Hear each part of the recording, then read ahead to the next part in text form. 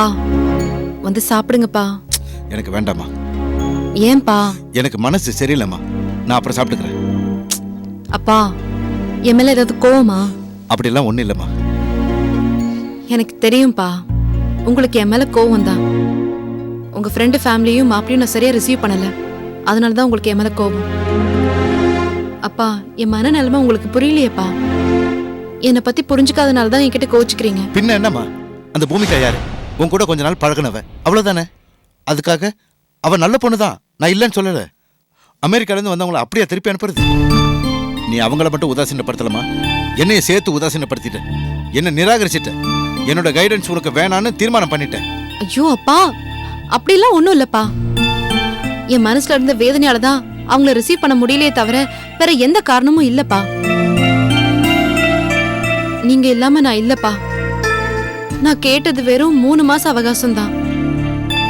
அது கூட அவங்க இன்னும் ஒரு 10 நாள் முன்னாடி வந்திருந்தாங்கன்னா ஒருவேளை நான் உங்க விருப்பப்படி கூட நடந்திருக்கலாம். சுப்ரியா, காலத்தை பயிர் செய்யன்னு சொல்லுவாங்கம்மா, அந்த மாதிரி தான் திருமண வாழ்க்கையும். சரியான வயசுல சரியான நேரத்துல திருமணம் அமையலைன்னா அப்புறம் அது கூடியே வராதுமா. காலம் எதுக்காகவும் யாருக்காகவும் காத்திருக்காதுமா. காலத்தோடு சேர்ந்து நம்ம செயல்படலன்னா அது நம்மளை கைவிட்டுடுமா.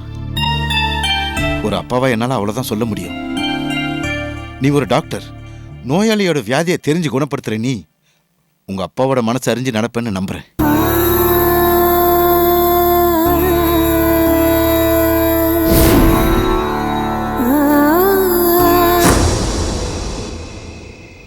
இப்ப சொல்லுனே, எதுக்கு என்ன வர சொன்ன? ரோஜா, இப்போ நாங்கள் இப்போ ரெடியாக இருக்கோம். இப்போ நம்ம சுப்ரியா வீட்டுக்கு போகிறோம்.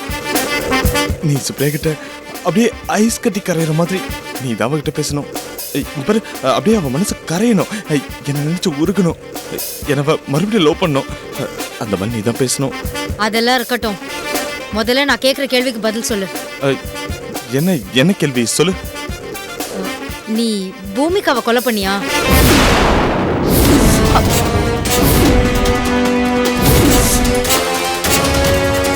சொல்லுனே, நீ கொலை பண்ணியா?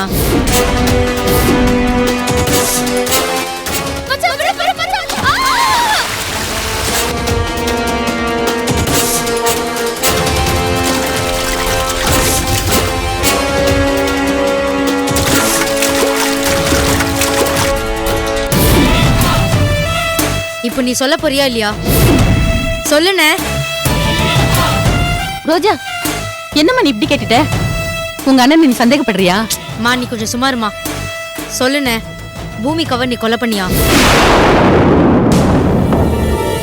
அண்ணே, ஏன் மௌனமா இருக்க? சொல்லு. ரோஜா, நானே பூமிக்கு இறந்து பிறந்த நினைச்சு எவ்வளவு மனவேதனையில இருக்கேன். என்ன பார்த்து இப்படி ஒரு கேள்வி கேட்கிறேன். அதான் என்ன பதில் சொல்றதுன்னு தெரியாம வாயடிச்சு போயிருக்க.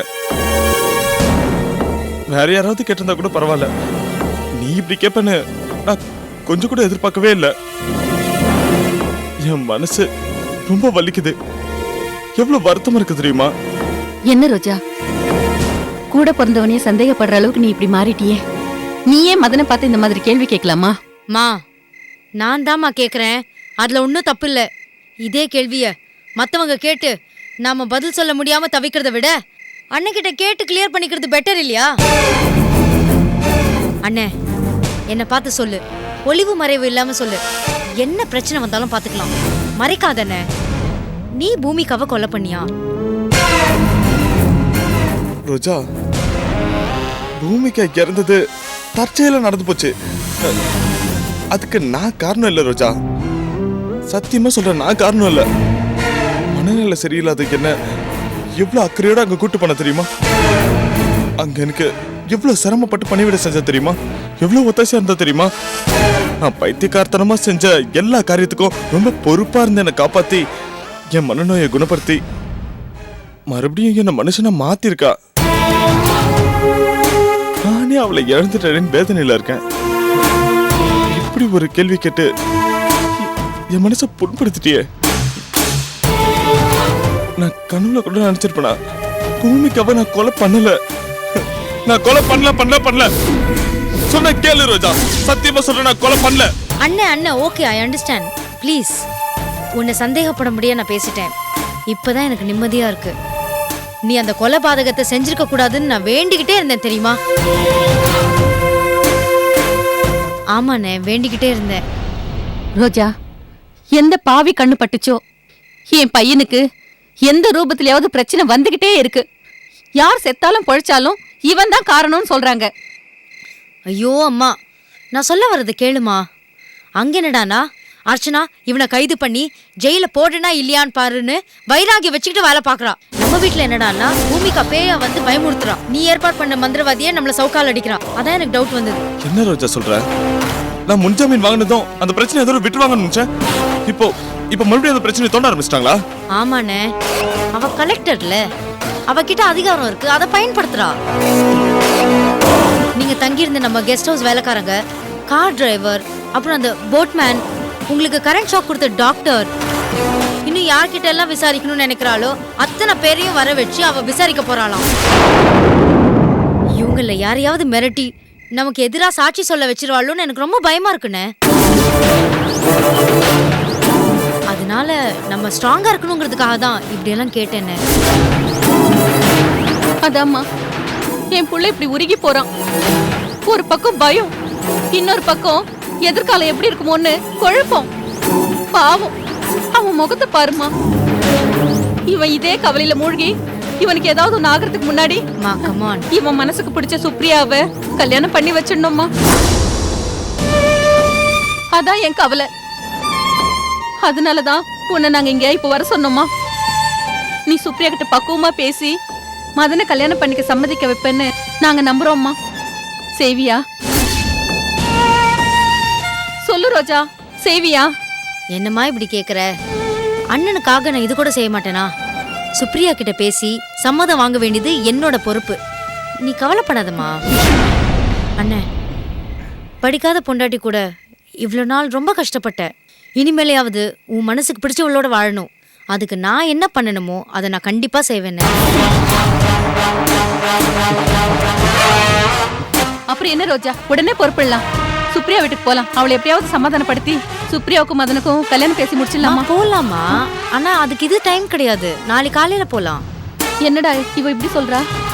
சரிம்மா, இங்க பாரு, நாளைக்கு நம்ம கண்டிப்பா சுப்ரியா வீட்டுக்கு போறோம். கண்டிப்பா போலாம். சரி, நான் சென்னையில இருக்கேன். நான் அப்புறமா கால் பண்றேன்.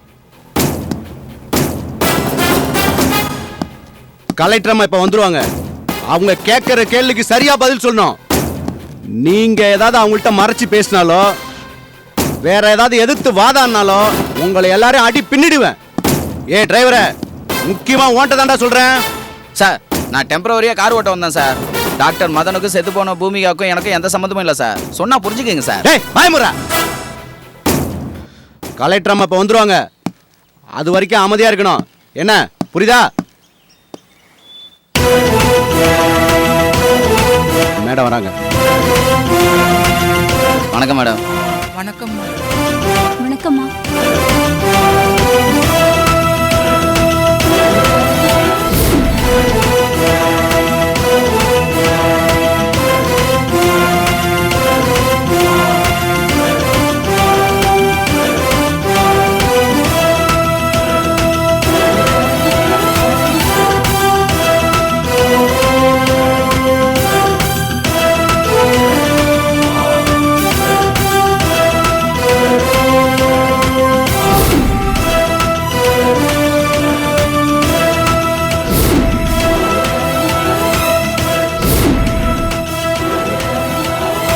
என்னது இது? குறி சொல்ற மாதிரி தலைமுடியை விரிச்சு போட்டுட்டு வந்திருக்கீங்க. அங்க என்ன வேலை பாக்குறீங்க? அம்மா, நீங்க நினைக்கிற மாதிரி எனக்கு குறி சொல்லலாம் தெரியாதும்மா. குமாரசாமி ஐயாவோட ஏலகிரி பங்களாவில் செடி கொடிகளுக்கு தண்ணி ஊற்றி தோட்ட வேலை பார்க்குறவம்மா நான். உங்க கதை இருக்கட்டும். நான் கேட்கிற கேள்விங்களுக்கெல்லாம் எதுவும் மறைக்காம பதில் சொன்னாதான் நீங்க எல்லாரும் ஏலகிரிக்கு போக முடியும். பொய் சொன்னாலோ உண்மையை மறைச்சு வேற ஏதாவது சொல்லணும்னு நினைச்சாலோ ஜெயிலுக்கு தான் போக வேண்டி வரும். இந்த பதில் உங்க 4 பேருக்கும் சேர்ந்துதான். புரிஞ்சுதா? நீங்க கேளுங்கம்மா. பூமிகா இறந்தது உங்களுக்கு எப்படி தெரியும்? அப்ப நீங்க எல்லாரும் என்ன பண்ணிட்டு இருந்தீங்க? நான் தண்ணி பைப்பை கையில வச்சுக்கிட்டு தோட்டத்தில் இருக்கிற செடிகளுக்கெல்லாம் தண்ணி ஊத்திக்கிட்டு இருந்தேம்மா. அப்போ இந்த டைவருக்கு பூமேகா அம்மா இறந்து போயிட்டாங்கன்னு ஒரு போன் வந்துச்சுமா. நான் அந்த ஏரிக்கிட்ட போய் பார்த்தேன். மதன் ஐயாவை பாக்குறதுக்கு ரொம்ப பரிதாபமா இருந்துச்சுமா. சட்டை பேண்டெல்லாம் ஈரமா இருந்துச்சு. அப்ப மதன் ஐயா இந்த ஏரியில தான் என் பூமிகா முழுகிட்டா, அவளை தேடி பார்த்தேன், கிடைக்கல. பூமிகான்னு அலறினாரு. அவங்க போட்டுல இருக்கும்போது எப்படி விழுந்தாங்கன்னு பதறி போய் கேட்டேன் அவர்கிட்ட. நீங்க ஏன் பதறி போய் கேட்டீங்க? மதன் பூமிகாவை ஏதாவது பண்ணிட்டாருன்னு நினைச்சீங்களா? முதல்ல எனக்கு அந்த மாதிரி தோணலம்மா. ஆனா அதுக்கு அப்புறம் தான் அவர் அப்படி பண்ணிருப்பாரோன்னு எனக்கு தோணுச்சு. உங்களுக்கு ஏன் முதல்ல அப்படி ஒரு சந்தேகம் வந்துச்சு? அத முதல்ல சொல்லுங்க. அது ஒரு முறை சொல்லுங்கன்றேன்ல. சொல்றேம்மா.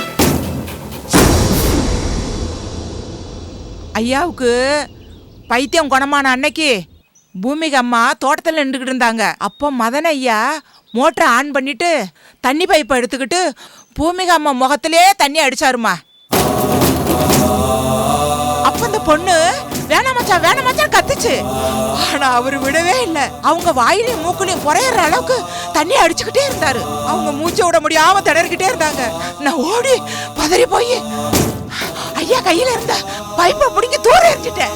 அப்புறம் தான் அந்த பொண்ணுக்கு மூச்சே வந்துச்சு. மதன் ஐயா கிட்ட ஏன் அப்படி எல்லாம் பண்றீங்கன்னு கேட்டு நான் தான் அந்த பொண்ணை காப்பாத்தினேன். அன்னைக்கு மட்டும் நான் பார்க்கலனா அந்த பொண்ணு மூச்சு தானே அன்னைக்கே செத்துருப்பா. முத மதன் ஐயா பங்களாவுக்கு வரும்போது ஐயாவோட குணம் பேதலிச்சிருந்துச்சு. இப்பதான் அவர் குணம் நல்லபடி ஆயிருச்சு. இப்ப ஏன் இப்படி செஞ்சாருன்னு அப்பவே எனக்கு ஒரு சந்தேகம் இருந்துச்சு. நான் உடனே மதன் ஐயா கிட்ட கேட்டேன், ஏன் இப்படி பண்ணிட்டீங்கன்னு. அவர் உடனே பூமிகா அம்மாவுக்கு விளையாட்டு காட்டினேன்னு சொல்லிட்டாரு. அதனாலதான் மதன் ஐயா மேல எனக்கு சந்தேகம் வராம போச்சு.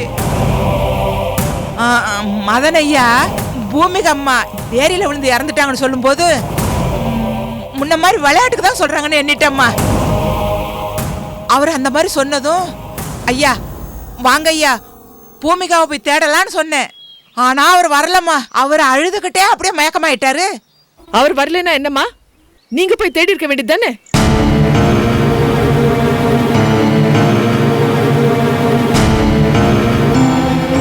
இங்க வாடங்க.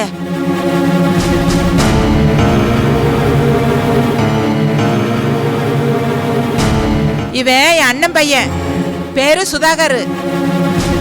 வணக்கம் மேடம். இவனும் நானும் ஏரி பூரா தேடணும்மா. இவனுக்கு அந்த ஏரியில எல்லா இடமும் அத்துப்படிமா. நாங்க 2 பேருமே தேடணும்மா. ஆனா கிடைக்கலம்மா. நேராக அந்த பொண்ணோட போனோம், மிதக்கமுன்னு பார்த்தோம். ஆனா மிதக்கலம்மா. மேடம், ஏரியில யார் தவறி விழுந்தாலும் உடனே என்ன தான் கூப்பிடுவாங்க. உயிரோடும் நிறைய பேரை மீட்டிருக்கேன், பணமாகவும் மீட்டிருக்கேன். ஆனா பூமிகா அம்மாவை கண்டுபிடிக்கவே முடியல. அப்படின்னு உங்களை சொல்ல சொன்னாங்களா? அப்ப ஏரியில விழுந்த பூமிகா கதி என்னாச்சு? அதான் மேடம் ஆச்சரியமா இருக்கு. ஃபயர் சர்வீஸ்காரங்க தேடினாங்க. அவங்களால முடியாத கேஸ்லாம் கூட நான் காப்பாத்திருக்கேன் மேடம். அவ்வளோ எக்ஸ்பெக்ட் மேடம் நான். ஆனால் எவ்வளோ தேடியும் பூமிகா அம்மா கிடைக்கவே இல்லை. அதான் மேடம் எனக்கு வருத்தமாக இருக்கு. நீங்க 2 பேரும் சேர்ந்து மதனுக்கு உடந்தையா பூமிகாவை எங்கேயோ மறைச்சு வச்சிருக்கீங்க நான் நினைக்கிறேன். அப்படியெல்லாம் எங்களை நினைக்காதீங்கம்மா. சத்தியமா நாங்க அப்படிப்பட்டவங்க இல்லம்மா. அம்மா சத்தியம் அப்பா சத்தியம்லாம் சொல்லி தப்பிச்சிடலாம் நினைக்காதீங்க. உங்க முதலாளியை காட்டி கொடுக்க கூடாதுன்னு நீங்களும் மறைக்கிறீங்க. ஆனா நீங்க எல்லாரும் சேர்ந்ததே மதனுக்கு உதவியா இருந்து பூமிகாவை தண்ணியில பிடிச்சு தள்ளிருக்கீங்க. ஐயா அபாண்டமா சொல்லாதீங்க.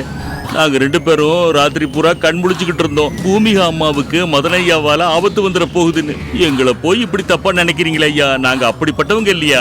ராத்திரி முழுக்க தூங்காம கண் விழிச்சிருந்து மதன் கிட்ட இருந்து பூமிகாவை காப்பாத்தணும்னு நினைச்சேன்னு சொல்றீங்களே.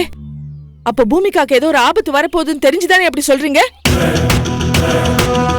ஒரு விதத்துல அப்படி ஒரு சந்தேகம் எங்களுக்கு இருந்துச்சுமா.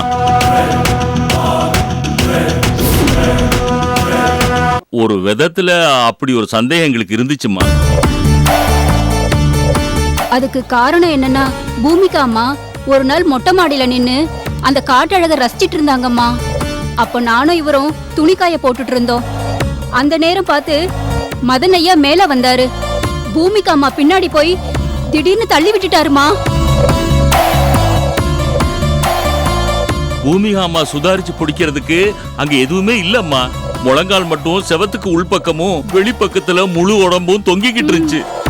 அத பார்த்துட்டு நானும் இந்த அம்மாவும் ஓடி போய் பூமிகா அம்மா காலை பிடிச்சுக்கிட்டு மெதுவா கைய கொடுத்து மேல தூக்கி விட்டோம்மா.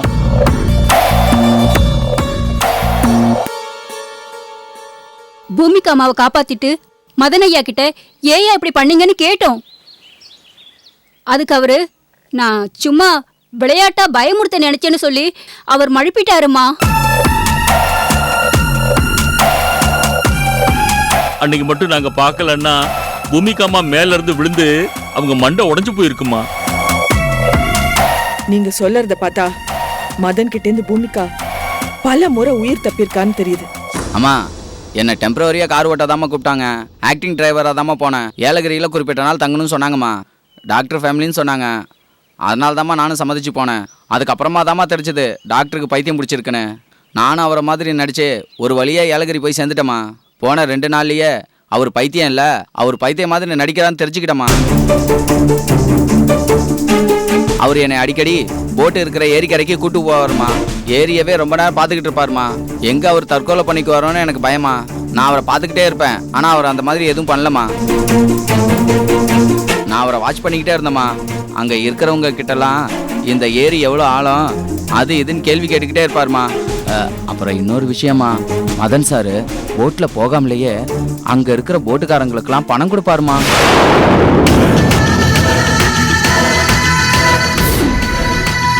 அவர் ஏன் இப்படி பண்றாருன்னு எனக்கு சந்தேகம் வந்துச்சுமா. நானும் அவர்கிட்ட கேட்டேம்மா, எதுக்கு போட்டுக்காரனுக்கெல்லாம் பணம் கொடுக்குறீங்கன்னு. அதுக்கு அவரு இந்த போட்டுக்காரங்கெல்லாம் கஷ்டப்படுறாங்க அதனால தான் பணம் கொடுக்குறேன் அப்படின்னு சொல்லுவாருமா. அப்புறம் ஒரு நாள் பூமிகா அம்மா கூட நான் போட்டிங் போறேன் கார் சாவி கொடுன்னு கேட்டாருமா. நான் தரமாட்டேன்னு சொன்னேன். பூமிகா அம்மா தான் மச்சான் நானும் மட்டும்தான் போறோம், நீ கார் சாவியை கொடுன்னு கேட்டாங்கம்மா. நான் அரை மனசோட கொடுத்தம்மா. மதன் சார் கூட பூமிகா அம்மா போகும்போது ரொம்ப சந்தோஷமா போனாங்கம்மா. சிரிச்சுக்கிட்டே பேசிட்டு போனாங்கம்மா. ஆனா அந்த அம்மாவுக்கு இப்படி ஒரு முடிவு வரும்னு நான் கொஞ்சம் கூட நினைச்சு பார்க்கலம்மா. நீங்க மதன் போட்காரர்கிட்ட பேசி அடிக்கடி பணம் கொடுப்பாருன்னு சொன்னீங்களே, அவங்க எல்லாரையும் அடையாளம் காட்ட முடியுமா? மதன் சார் பணம் கொடுத்த போட்டுக்காரங்களை நான் அதுக்கப்புறம் போய் தேடி பார்த்தம்மா. அங்க யாருமே இல்லம்மா.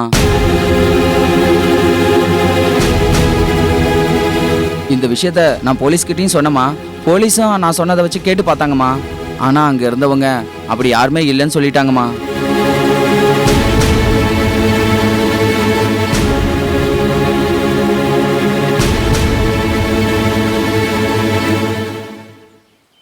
சரி, நீங்க எல்லாரும் போலாம். ரொம்ப நான் நன்றி. வரேம்மா. வரேம்மா.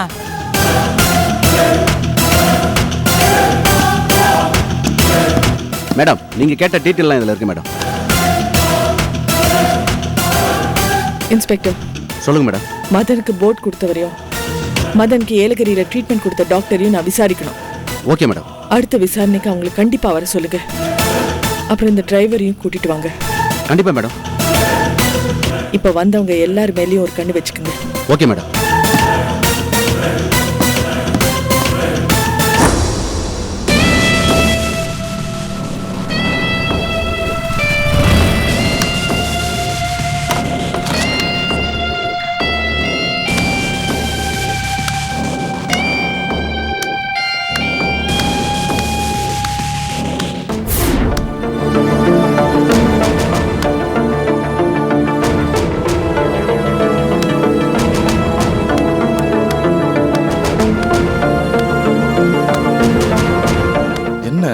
அம்மாவும் ரோஜாவும் முன்னாடியே வரேன்னு சொன்னாங்க, இன்னும் காணோம். அம்மா வந்ததுக்கு அப்புறம் போலாமா இல்லை இப்பவே போய் பேசிடலாமா? நம்ம சுப்ரியா வீடு தானே, உள்ள போய் கொஞ்சம் அன்பா பாசமா பேசிட்டு இருப்போம். அவங்க அப்படியே வந்து ஜாயின் பண்ணிக்கிட்டோம்.